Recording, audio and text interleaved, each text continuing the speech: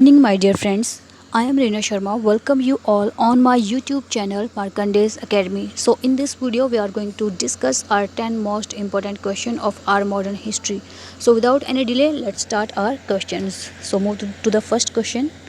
Here is our first question on the screen. किस वर्ष में नेहरू रिपोर्ट में अधिकारों की बात उठाई गई थी? तो इसके ऑप्शन है हमारे पास 1828 में, 1825 में, 1823 में या फिर 1802 में। तो इसका आंसर क्या होने वाला है? हमारे पास आंसर होगा इसका 1828 में हमारे यहाँ पर क्या किया गया था? अधिकारों की बात उठाई गई थी। किस रिपोर्ट में? नेहरू रिपोर्ट में।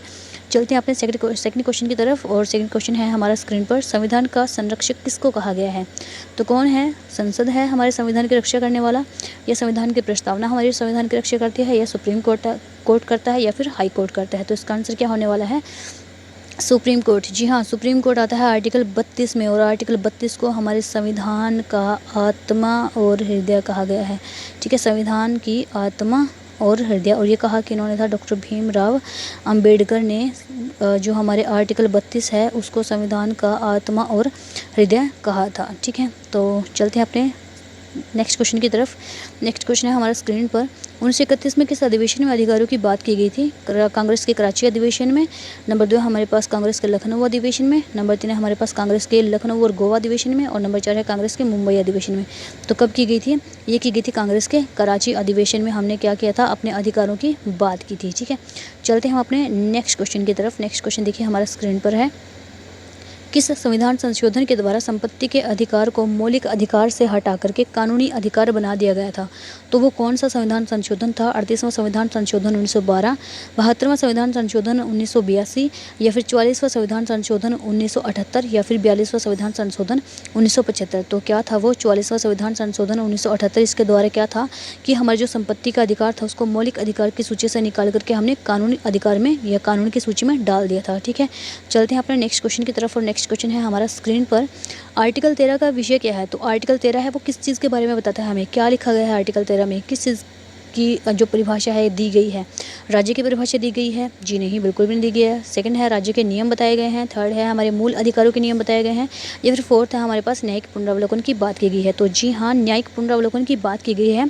न्यायिक पुनरावलोकन न्याय के आधार पर पुनः अवलोकन करना, किसी भी चीज़ का दोबारा से उसकी जाँच पड़ताल करना, ये आर्टिकल 13 हमें बताता है। ठीक है, नेक्स्ट क्वेश्चन देखते हैं हमारा। सिक्स क्वेश्चन क्या है, अनुच्छेद किस अनुच्छेद के अंतर्गत हमें समानता का अधिकार दिया गया है?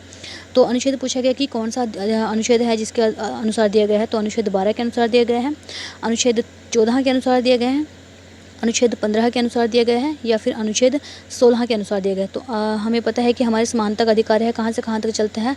आर्टिकल 14 से लेकर के आर्टिकल 18 तक हमें समानता का अधिकार दिया गया है। ठीक है, तो यहाँ पे हमारे पास ऑप्शन में सिर्फ 14 है, तो हम ऑप्शन में क्या लगाएंगे? सिर्फ 14 लगाएंगे। ठीक है, चलते हैं अपने नेक्स्ट क्वेश्चन की तरफ। नेक्स्ट क्वेश्चन हमारा स्क्रीन पर है, तो देखिए क्या है, अस्पृश्यता का अंत निम्नलिखित में से किस अनुच्छेद के तहत किया गया है? तो अस्पृश्यता यानी किसी को छुआछूत। हम पहले क्या करते थे, किसी को टच कर लिया तो अपने आप को अपवित्र मानते थे। तो इस चीज़ की हमने जो है इसको एक घटिया चीज़ थी ये बहुत ज़्यादा जो हो रही थी हमारी सोसाइटी में, तो इसको कम करने के लिए, इसको घटाने के लिए, बंद करने के लिए एक अनुच्छेद लाया। और वो कौन सा था? अनुच्छेद 10 के द्वारा की गई है, अनुच्छेद 17 के द्वारा की गई है, अनुच्छेद 16 के द्वारा की गई है, या फिर हमारे पास अनुच्छेद 20 के द्वारा की गई है। तो हम सबको पता है कि वो अनुच्छेद 17 के द्वारा छुआछूत को या है जो हमारी अस्पृश्यता को बैन किया गया है, बंद किया गया है। ठीक है, चलते हैं अपने नेक्स्ट क्वेश्चन की तरफ जो हमारा स्क्रीन पर है, बोलने और झंडा फहराने का अधिकार किस अनुच्छेद के अंतर्गत दिया गया है? तो बोलने का अधिकार हमें स्वतंत्रता के अधिकार में आता है, तो अनुच्छेद 19A है, या अनुच्छेद 20A है, या फिर हमारे पास अनुच्छेद 21A है, या फिर आता है हमारे पास अनुच्छेद 24 है। तो किस में दिया गया है? अनुच्छेद A के तहत हम बोल सकते हैं, कुछ भी कर सकते हैं, प्रेस की आज़ादी दी गई है और झंडा फहराने का अधिकार हमें दिया गया है। चलते हैं अपने नेक्स्ट क्वेश्चन की तरफ। नेक्स्ट क्वेश्चन है हमारा स्क्रीन पर कि स्वतंत्रता का अधिकार किस अनुच्छेद के अंतर्गत आता है? स्वतंत्रता का अधिकार जो दिया गया है हमें वो किस अनुच्छेद के अंतर्गत आता है? 14 से 18 जिन्हें अभी डिस्कस किया था, समानता का अधिकार आता है। अनुच्छेद 19 से 20 आता है, अनुच्छेद 19 से 22 आता है,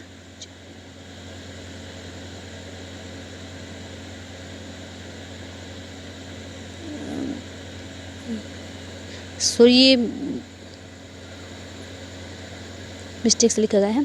तो देखिए किस कहाँ से आता है, ये आता है हमारे पास अनुच्छेद 19 से 22 हमारे पास है जो वो स्वतंत्रता का अधिकार आता है। ठीक है, तो चलते हैं अपने नेक्स्ट क्वेश्चन की तरफ। नेक्स्ट क्वेश्चन है हमारा, देखिए क्या है। नेक्स्ट क्वेश्चन है हमारे स्क्रीन पर, वे अधिकार कौन से हैं जो केवल भारतीयों को प्राप्त हैं, विदेशियों को नहीं। वो अधिकार कौन से हैं जो केवल भारतीयों को मिले हैं, विदेशियों को नहीं मिले हैं। तो हमारे पास कुछ अनुच्छेद हैं। आर्टिकल है 14, 15, 16, 17 और 18। आर्टिकल है हमारे पास 15, 16, 18, 20 और 30।